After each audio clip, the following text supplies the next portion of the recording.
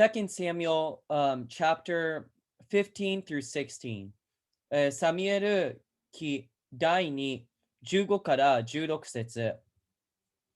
In the course of time, Absalom provided himself with a chariot and horses with 50 men to run ahead of him. He would get up early and stand by the side of the road leading to the city gate.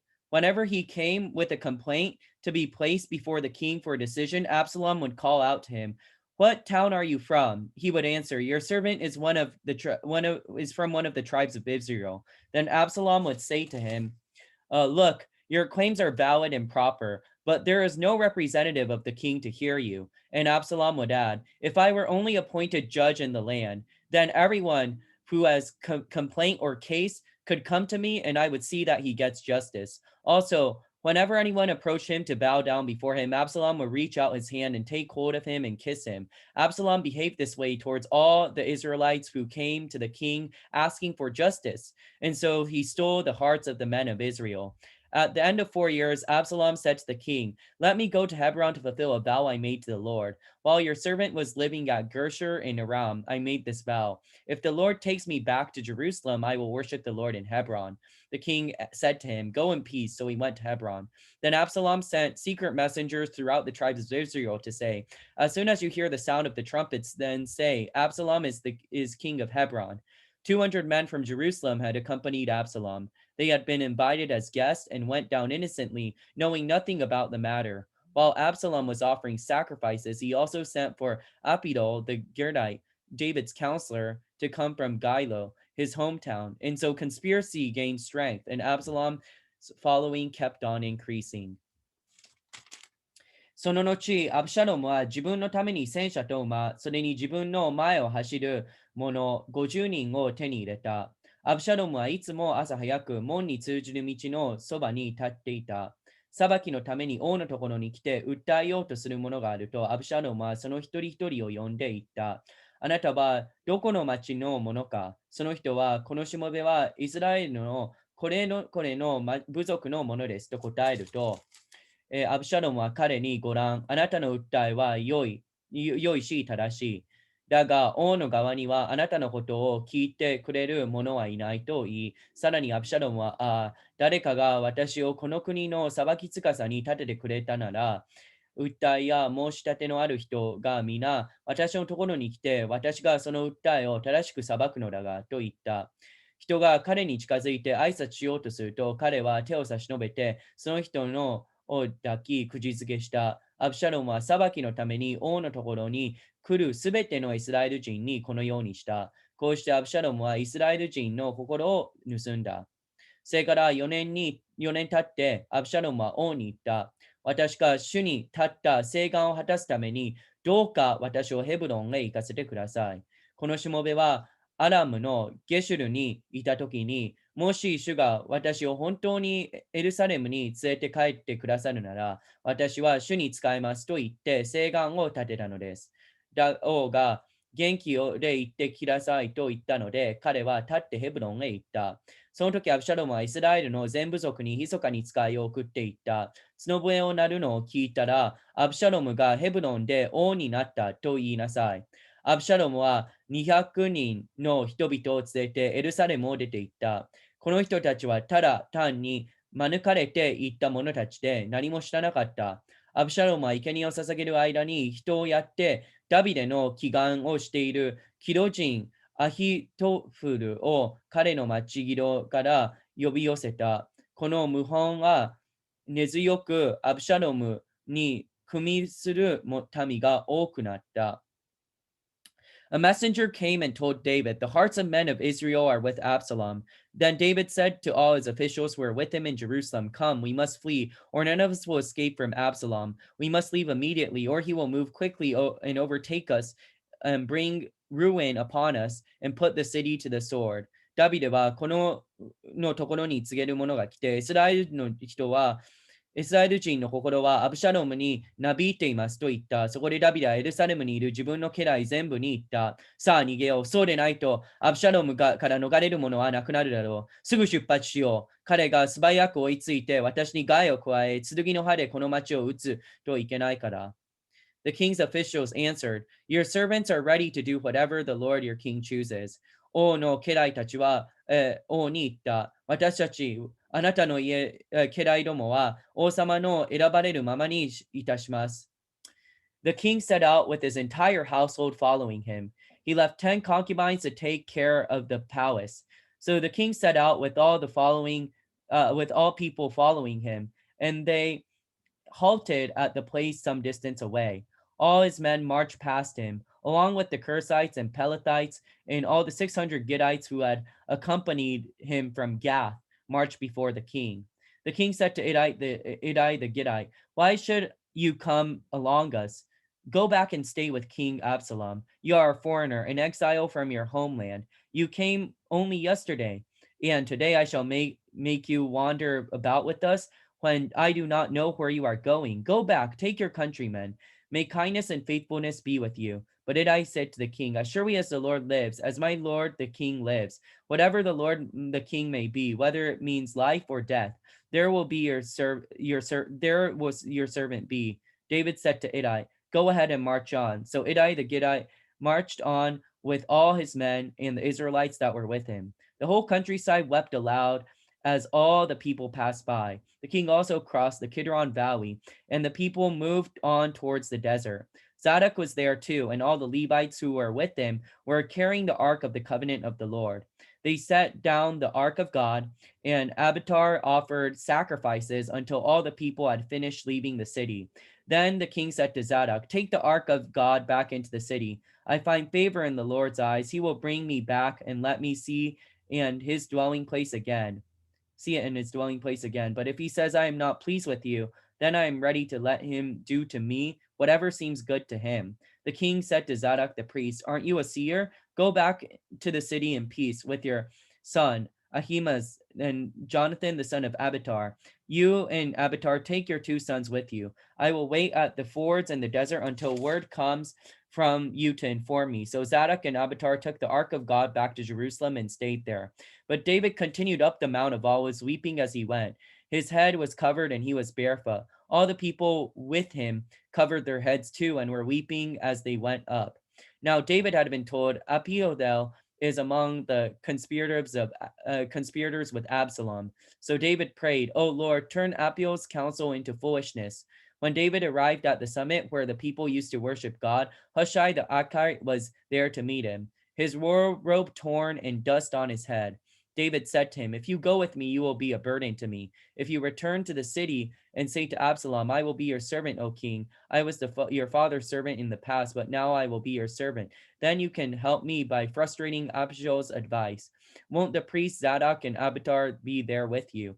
Tell them anything you hear in the king's palace. Their 2 sons, Aminadab, son of Zadok, and Jonathan, the son of Abiathar, are there with them. Send them to me with anything you hear. So David's friend Hushai arrived at Jerusalem as Absalom was entering the city.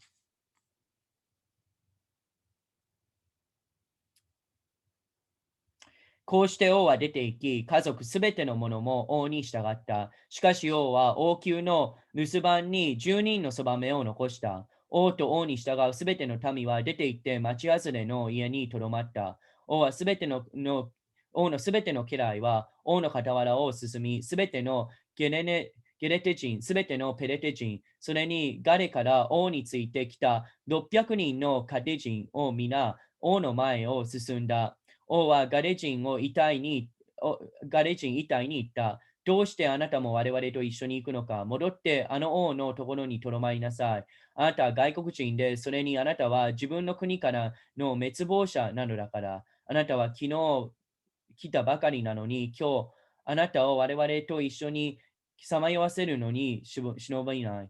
私はこれから後でもなく旅を続けるのだから、あなたはあなたの同胞を連れて戻りなさい。恵みと誠があなたと共にあるように。イタイは王に言った。王の前に誓います。王様の前に誓います。王様がおられるところに生きるためにも死ぬためでも、しもべも必ずそこにいます。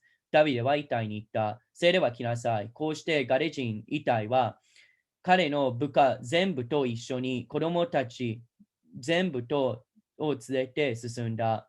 この民が皆進んでいくとき、国中は大きな声を上げて泣いた。王はキレロン川を渡り、この民も皆荒野の方へ渡っていった。ツロクもすべてのレビ人も一緒に神の契約の箱をついでいったが、神の箱をそこに下ろした。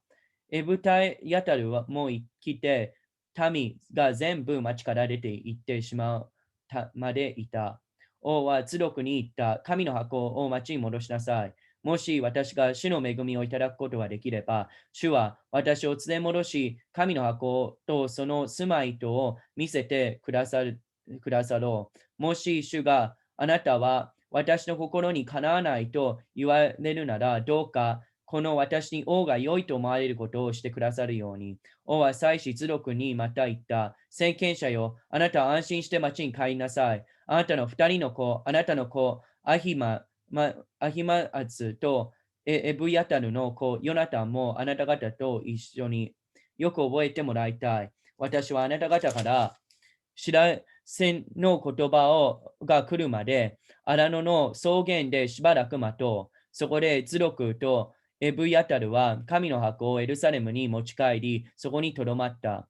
ダビデはオリーブ山の坂を登った。彼は泣きながら登り、頭を覆い、裸足で登った。彼と一緒にいた民も皆、頭を覆い、泣きながら登った。ダビデはアヒフトルがアブシャロムの謀反に加担しているという知らせを受けたが、その時ダビデは言った。主よ、どうかアヒトフルの助言を愚かなものにしてください。ダビデが神を礼拝する場所になっていた山の頂に来た。ちょうどその時、アルキ人、フツヤイが上着を脱ぎ、頭に土をかぶってダビデに会いに来た。ダビデは彼に言った。もしあなたが私と一緒に行くなら、あなたは私の重荷になる。しかし、もしあなたが町に戻って、アブシャロムに、王よ、私はあなたのしもべになります。これもまであなたの地上のしもべであったように、今私はあなたのしもべになりますと言うなら、あなたは私のためにアヒフトルの助言を打ち壊すことになる。あそこには祭司のズロクとエブヤタルもあなたと一緒にいるではないか。あなたは王の家から聞くことは何でも祭司ズロクとエフヤタルに告げなければならない。せいにあそこは彼らの二人の息子、ズロクの子、アヒヤツとエブヤタルの子、ヨナタンがいる。彼らをよこして、あなた方が聞いたことを残らず私に伝えてくれ。せいでダビデの友、夫妻は町へ帰った。その頃、アブシャロムもエルサレムに着いた。When David had gone a short distance beyond the summit, there was Ziba, a steward of Mizpah, waiting to meet him. He had a stirring of donkeys saddled and loaded with 200 loaves of bread, 100 cakes of raisins, 100 cakes of figs, and a skin of wine. The, the king asked Ziba, "Why have you brought these?" Ziba answered, "The donkeys are for the king's household to ride on. The bread and the fruit are for the men to eat, and the wine is to refresh those who have become exhausted in the desert." The king then answered, "Where's your master's grandson?" Ziba said to him, "He is staying in Jerusalem because he thinks today the house of Israel will give me back my grandfather's kingdom." Then the king said to Ziba, "All that belonged to Mizpah is now yours." "I humbly bow," Ziba said. "May I find favor in your eyes, my lord the king." ダビデは山の頂から少し下った。見るとメフボシュテのしもべ、ベツバが王を迎えに来ていた。彼は管を置いた一釘のロバにパン200個、干しぶどう100房、夏の果物100個、ぶどう酒1袋を乗せていた。王はツバに言った。これらは何のためか。ツバは答えた。2頭のロバは王の家族にお乗りになるため、パンと夏の果物は若い者たちが食べるため、ブドウ酒は荒野で疲れた者が飲むためです。王は言った。あなたの主人の息子はどこにいるのか。ツバは王に言った。今、エルサレムにおられます。あの人は今日、イスラエルの家は私の父の王国を私に返してくれると言っていました。すると王はツバに言った。メシボテのものは皆、今あなたのものだ。ツバは言った。王様、あなたのご好意に預かることができますように、伏してお願いいたします。As King David approached Bathram, a man from the same clan as Saul's family came out from there. His name was Shimei, the son of Gera, and he cursed as he came out. He pelted David and all the king's officials with stones, though all the troops and the special guard were on David's right and left. As he cursed, Shimei said, get out, you man of blood, you scoundrel. The Lord has repaid you for all the blood you shed in the household of Saul, in whose place you have reigned. The Lord has handed the kingdom over to your son Absalom. You have come to ruin because you are the man of blood. Then Abishai, the son of Zerah, said to the king, why should this dead dog curse my lord the king? Let me go over and cut off his head. But the king said, what do you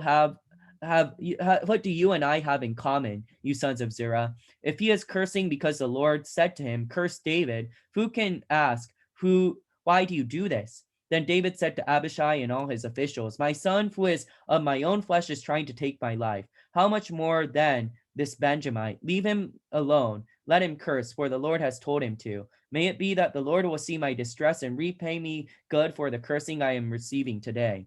So David and his men continued along the road while Shimei was going along the hillside opposite of him, cursing as he went, throwing stones at him and showering him with dirt. The king and all the people with him arrived at their destination exhausted, and there he refreshed himself. ダビデ王がバリフニムまで来ると、ちょうどサウルの家の一族の一人がそこから出てきた。その名はシムイと言って、ゲナの子で、盛んに呪いの言葉を吐きながら出てきた。そしてダビデとダビデ王のすべての家来たちに向かって石を投げつけた。民と勇士たちは皆、王の右左にいた。シムイは呪ってこう言った。出て行け、出て行け、血まみれの男、横島な者、王がサウロの家のすべての血をお前に報いたのだ。サウロに代わって王となったお前に、主はお前の息子、アブシャロムの手に王位を渡した。今お前は災いに遭うのだ。お前は血まみれの男だ。すると、スヤの子、アビシャイが王に言った。この死に犬が王様を呪って良いものですが、言ってあの人の首を跳ねさせてください。王は言った。ツリアの子やだよ。これは私のことであなた方には変わりのないことだ。彼が呪うのは主が彼にダビデを呪えと言ったのだから。だが彼にお前はどうしてこういうことをするのだと言えようか。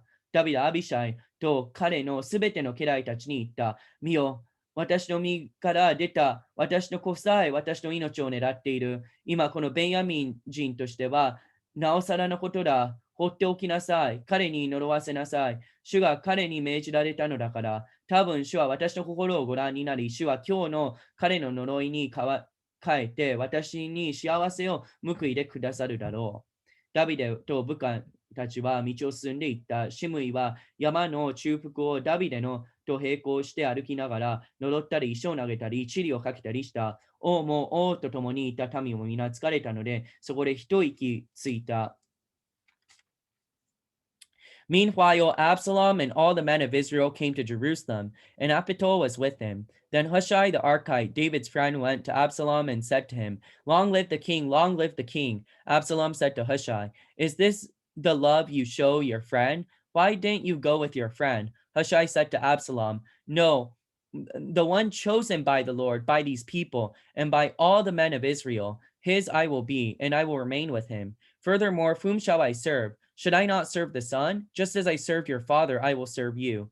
Absalom said to Apidol, give us your advice. What should we do? Apidol answered, lie with your father's concubines whom he left to take care of the place. Then all Israel will hear that you have made yourself a stench in your father's nostrils, and the hands of everyone with you will be strengthened. So they pitched a tent for Absalom on the roof, and he lay with his father's concubines in the sight of all Israel. Now in those days the advice of Apidol gave was like that of the one who inquires of God. That was how both David and Absalom regarded all of Apidol's advice. アブシャロムとすべての民イスラエル人はエルサレムに入った。アピトフルはもう一緒であった。ダビデの友、歩き人フシャイがアブシャロムのところに来たとき、夫妻はアブシャロムに言った、王様万歳、王様万歳。アブシャロムは夫妻に言った、これがあなたの友への忠誠の現れなのか。なぜあなたはあなたの友と一緒にいなかったのだ。夫妻はアブシャロムに答えた。いいえ、私とこの民、エスラエルのすべての人々とが選んだ方に私はつき、その方と一緒にいたいのです。また、私は誰に仕えるべきでしょう。私と友の子に仕えるべきではありませんか。私はあなたの父親に仕えたようにあなたにも仕えいたします。それでアブシャロムはアヒフトルに言った。あなた方は相談して我々はどうしたらよいか意見を述べなさい。アヒフトルはアブシャロムに言った。父上が王宮の留守番に残したそばめたちのところにお入りください。全イスラエルがあなたのは父上に憎まれるようなことをされたと聞くなら、あなたに組みする者は皆勇気を出すでしょう。こうしたアブシャロムのために屋上に天幕が張られ、アブシャロムは全イスラエルの前で父のそばめたちのところに入った。当時、アヒフトルの進言する助言は、人が神の言葉を伺って得る言葉のようであった。アヒフトルの助言は、皆ダビデにもアブシャロムにもそのように思われた。